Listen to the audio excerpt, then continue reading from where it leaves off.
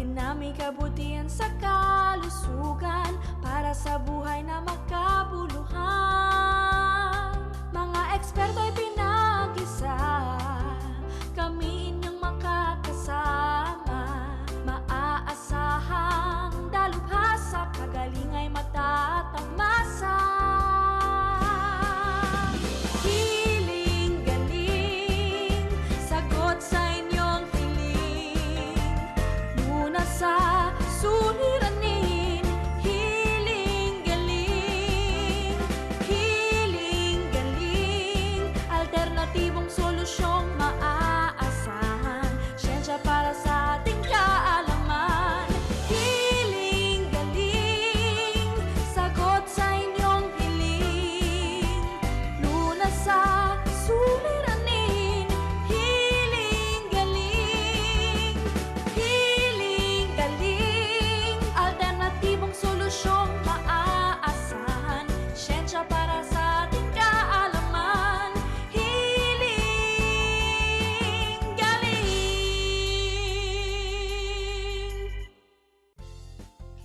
Happy healing morning mga kapatid. Sana po ay masaya ang inyong gising sa umagang ito. Happy healing morning, Chef Tristan. Happy morning, Doktora. Ito po ang talagang masaya ang gising ngayon. Opo. No? At maayong aga din po sa ating mga kapatid sa Negros Occidental. Ngayong buwan po ng Setyembre ay nagsa-celebrate sila ng kanilang Tourism Month. Opo. Sa Silay City yan, Chef. No? Opo. Alam mo ba na ang Silay ay tinaguri ang Paris of Negros. Walang ka-Paris dahil yung kanilang mga batikang artists, cultural shows, nandyan at hinahangaan at heritage houses na matatagpuan lang doon sa Silay. Doon mo lang masisilayan. No? At sa dami ng masasarap po na pagkain sa Silay, palaging busog ang aking tiyan at ang aking isipan, Naku, Chef. oo naman, Doktora. Maniniwala ka ba dyan? Opo, nakaka-relate po ako dyan dahil napakasarap nga ng pagkain sa Negros.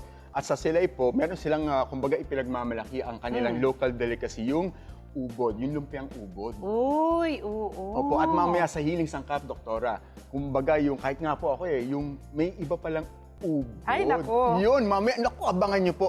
Malalamat ka, naku, panibagong recipe na naman po yan. Sikretong ubod ng sarap po yan Opo. na papakinggan natin mula kay Chef Tristan. Aabangan po yan sigurado ng ating mga kapatid. Opo.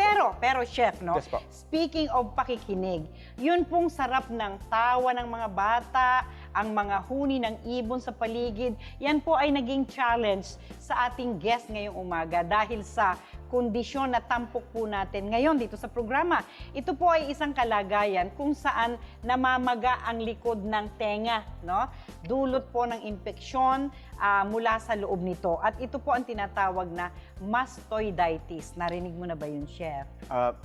Doktora, Parang recipe nga ang tunog eh. oo nga po. Pero, Doktora, paano po ba siya nakukuha? O namamana po ba? O Ayan. paano po yan na-acquire? Or Paano mo malalaman paano po malalaman? meron ka niyan? Opo.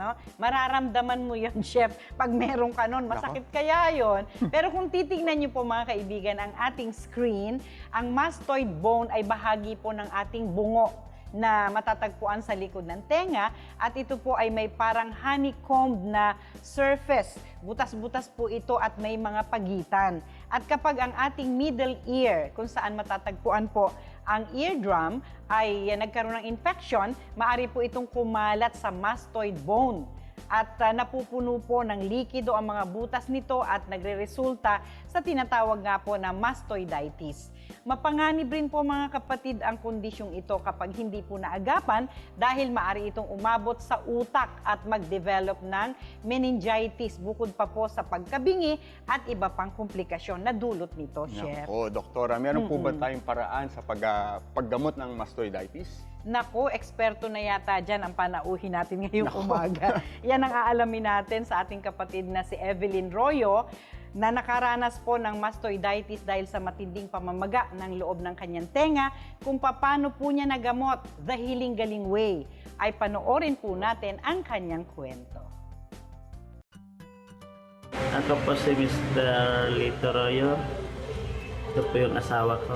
Ako po si Evelyn Royo, na asawa ni Mr. Lito Royo. 16 na taon na po kami nagsasama at may isang anak na lalaki. At okay naman po ang aming pagsasama hanggang sa magkaroon ako ng sakit na hindi inaasahan. Yun po ay sa pamagitan ng pangangati na aking tainga at ito po ay tumugo. Sinundot niya yung cotton na kasinundot niya. Tapos yung pagkasundot niya gano'n, siguro, kating-kati, talagang ginanong-ganon talaga. Nung nakita niyang sa cotton may dugo na, sundot ulit, dumudugo na ulit.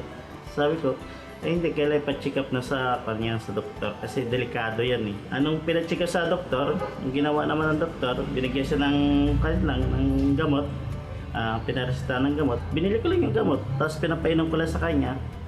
Wala naman ng pagbabago to sa akin eh. Lalo lumala ng lumala. Oo nga, umiinom siya ng gamot, wala yung kirot, kumikirot na naman ulit. Tapos yun, sinabi nila sa akin, 5 doktor ang tumingin sa kanya. Ulit-ulit talaga siya kinuha. CT scan, kinuha yung kanyang dito, buong kan. Doon nakita na talaga matindi na yung kanyang kan.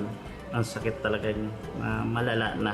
Ang sabi ng doktor na ang tawag daw doon sa sakit na sa tainga ko ay mastocytitis.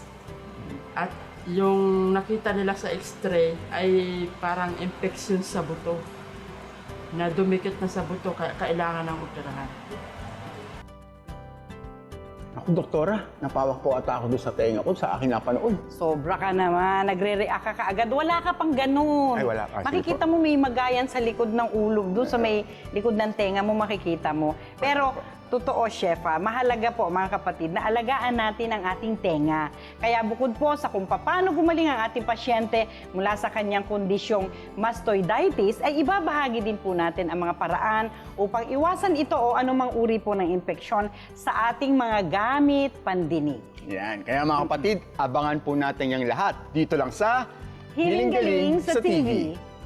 Dear Dr. E, ang tanong niya, paano po ba ang tamang paraan ng pagtatanggal ng bara sa tenga gaya ng tumigas na tutuli? Ayon, Lynette Lucas ng San Pablo, Laguna. Ops, teka muna. Ang duming nanigas sa tenga, may tamang paglinis ha. Abangan sa pagbabalik ng Hiling Galing sa TV.